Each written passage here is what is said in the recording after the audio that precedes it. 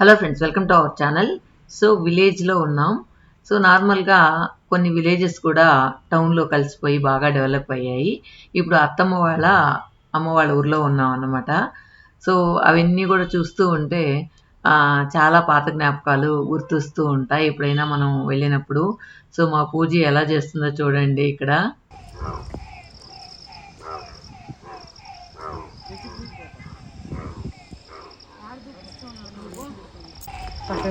ఇది మీ నాన్న చిన్నప్పటి నుంచి ఉందంట.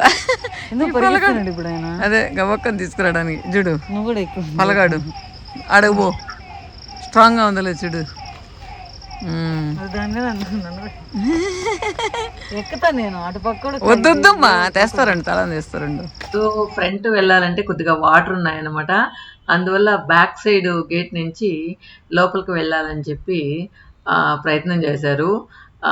సో మొత్తానికి అక్కడ కీ వేసి ఉంటే ఆ కీ తెచ్చే లోపల వీళ్ళు స్టంట్లన్నీ చేసేసి ఎగురు దూకడం అవన్నీ చేస్తూ ఉన్నారనమాట. సో మొత్తానికి పల్లెటూరు అనగానే ఎక్కువగా పెరట్లో స్థలాలు బాగుంటాయి. మనం చూడడానికి ఎంతో ఆహ్లాదంగా ఉంటుంది. సో సిటీస్లో అయితే మనకి ఇంతంత స్థలాలు ఉండవు, మనం ఏదో కుడ్డీలు పెట్టుకుని మేనేజ్ చేసేయాలన్నమాట. సో టెర్రస్ పైన చూసినట్లయితే కూడా రకరకాల చెట్లు, అంటే అన్నీ కూడా ఫ్రూట్స్ చెట్లు ఇక్కడ వేస్తున్నారు చూడండి. నిమ్మ చెట్టు, తర్వాత దానిమ్మ చెట్టు, మామిడి చెట్టు, తర్వాత అత్తి చెట్టు. సో ఇవన్నీ ఇక్కడ పాలకూర, ఫ్రెష్ పాలకూర అన్నమాట. ఇక్కడ ఇది అత్తి చెట్టు, ఇందాక చెప్పాను కదా అత్తి చెట్టు. సో ఇది ఎంత మాత్రం కాయలు కాస్తుందో తెలియదు, కానీ నిమ్మ చెట్టు మాత్రం బాగా పెద్దదయింది. సో మొత్తానికి ఆ కాయలు వచ్చినాక చూడాలి. ఇది కింద ఏమైనా కింద భూమిలో కాసినట్టు పైన కుండీలు కానీ ఇట్లా బ్యాగ్స్లో కానీ కాయడం కష్టం అనుకుంటా. చూడాలి ఎలా కాస్తాయి ఏంటి అనేది. తర్వాత చుట్టూ వాతావరణం అంతా కూడా చాలా చల్లగా ఉంది. కప్పలు చూడండి.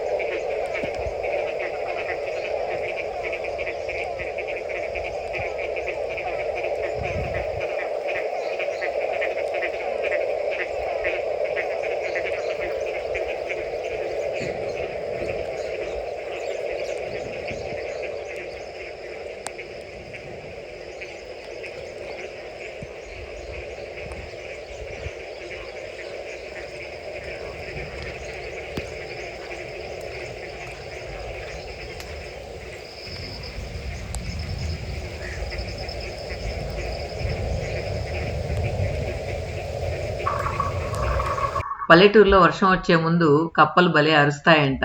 సో మొత్తానికి సౌండ్లు ఒకటే సౌండ్లు అనమాట. కప్పలు భలే అరిచేస్తున్నాయి. మొత్తానికి వచ్చి పెరట్లో కీ అయితే తీశారు. సో లోపల సన్న గొంతులాగా ఉంటే లోపలికి వెళ్తూ ఉన్నాం. ఇక్కడైతే టెంకాయ చెట్లు, తాడి చెట్లు కూడా ఉన్నాయి. బయట పిచ్చి పొదల్లో అందంగా పూలు పూసున్నాయి. ఆ పిచ్చి పొదల్లో ఆ కలర్ చూస్తూ ఉంటే ఎంతో అందంగా ఉంది. ఇక్కడ టెంకాయ చెట్లు కూడా ఉన్నాయి. అన్ని పళ్ళకు సంబంధించిన చెట్లు కూడా వేస్తున్నారు అనమాట. కింద మూడు 4 టెంకాయ చెట్లు వరుసగా ఉన్నాయి. వీళ్ళు అప్పుడప్పుడు అవి తాటికాయ ముట్లను కూడా వేసి తేగలు చేస్తూ ఉంటారు. ఈ సంవత్సరం ఏదో చేయలేదంట. ఆ తేగలు కూడా చాలా టేస్ట్గా ఉంటాయి. సో మేము ఆ టైంలో వెళ్తే మాత్రం తప్పకుండా తేగలు అయితే మాకు ఇస్తూ ఉంటారు. చూడండి ఎంత అందంగా ఉందో, పిచ్చి పూల చెట్టు ఇది ఎంత అందంగా ఉందో. ఆ కలర్ అయితే ఆ కలర్ కాంబినేషన్ అదిరిపోయింది. మొత్తం ఆ పక్కన ఖాళీ సైట్ ఉంటే ఖాళీ సైట్ మొత్తం ఇవే అల్లుకొని ఉన్నాయి. తర్వాత మన ఊర్లో మునగాకు కోసాం కదా, దీన్ని ఇట్లా చేపించుకొని తీసుకొచ్చానమాట. అంటే మనం ఈజీగా పొడి జల్లేసుకొని తినచ్చు. మునగాకు చాలా హెల్త్కి మంచిది. అందువల్ల మా డైట్లో రోజు కొద్దిగా మునగాకు తీసుకున్నామని కొద్దిగా ఎక్కువే తీసుకున్నాను. తర్వాత ఊరు బయలుదేరాం కదా. లాస్ట్ టైం వెళ్ళేటప్పుడు చెప్పాను కదా, ఒక కాఫీ షాప్ చూసాను చాలా బాగుందని. కరెక్ట్గా గుర్తుపెట్టుకుని అక్కడే ఆపమని చెప్పాను వెళ్ళేటప్పుడు కూడా. కానీ అటువైపు ఆపి రోడ్డు క్రాస్ చేస్తూ ఉన్నాం. కానీ హైవేలో రోడ్ క్రాస్ చేయడం కొంచెం కష్టమే, ఎందుకంటే చాలా ఫాస్ట్గా వస్తూ ఉంటాయి కదా వెహికల్. ఇక్కడ చాలా బాగుంది టేస్ట్ అయితే. రాధే హోటల్ దాని పేరు. కాఫీ కానీ టీ కానీ స్నాక్స్ కానీ అదిరిపోయాయి అన్నమాట. సో అక్కడ మేము కాఫీ టీ తాగేసి బయలుదేరామన్నమాట. ఇక్కడ ఈ టైంలో ఈ దారిలో ఎవరు వచ్చినా కూడా ఒకసారి టేస్ట్ చేయండి. లోపలైతే దేవుళ్ళు నేను ఫస్ట్ టైం చూడు, ఇటు పక్క ఒక దేవుడు, అటు పక్క ఒక దేవుడు పెట్టినారనమాట. అటుపక్క ఏమో వినాయకుడిని పెట్టినారు, ఇటు పక్క రాముడు సీత పెట్టినారు. ఇది బాగుంది కదా, వాటర్ మిలన్ లాగా చూడంగానే వాటర్ మిలన్ అనిపించేలా ఉంది. చూడండి, ఇందాక చెప్పాను కదా, రామలక్ష్మణులు సీత అటు పక్క పెట్టారు, ఇటు పక్కేమో వినాయకుడు పెట్టారు. ఇది నేనైతే ఫస్ట్ టైం చూడడం, ఇలా రెండు వైపులా పెట్టడం ఫస్ట్ టైం చూడడం అనమాట. అదేవిధంగా కూర్చొని కాఫీ తాగడానికి చాలా కూడా బాగుంది. ఇక్కడ టేబుల్స్ కానీ లేదా పక్కన ఒక ఏరియా ఉందన్నమాట, పైన హట్ లాగా వేసి అక్కడ కానీ కొద్దిసేపు చిల్ అవ్వచ్చు. జర్నీ చేసి అలసిపోయి ఉంటాం కాబట్టి. మా పూజ ఏమో ఏదో బిస్కెట్స్ ఏదో తీసుకునింది. తర్వాత ఇంకా మా ప్రయాణం సాగింది. ఇప్పుడైతే రోడ్స్ కొంచెం బాగున్నాయి కాబట్టి జర్నీ కూడా ఈజీగా అనిపిస్తూ ఉంది. తర్వాత కార్తీక మాసంలో చాలామంది పూజలు చేస్తూ ఉంటారు. సో ఆ పూజ ఒక్కసారి చూద్దాం. ఇది యాక్చువల్గా చాలా లాంగ్ బ్యాక్ చేసిన పూజ ఇది. కార్తీక మాసంలో శివుడికి చేసిన పూజ అన్నమాట. సో ఈ వీడియో పెట్టడానికి కారణం ఏంటంటే, చాలామంది ఇలా చేయాలి, అలా చేయాలి అని చెప్పి, ఇన్ని ప్రసాదాలు చేయాలి, ఇంతమందిని పిలుచుకోవాలి, ఇంతమందికి తాంబూలాలు ఇవ్వాలి అని చెప్పి చెప్తూ ఉంటారు. కానీ దేవుడికి మనం ఒక మంచి మనసుతో పూజ చేస్తే చాలు అనేది నా ఉద్దేశం.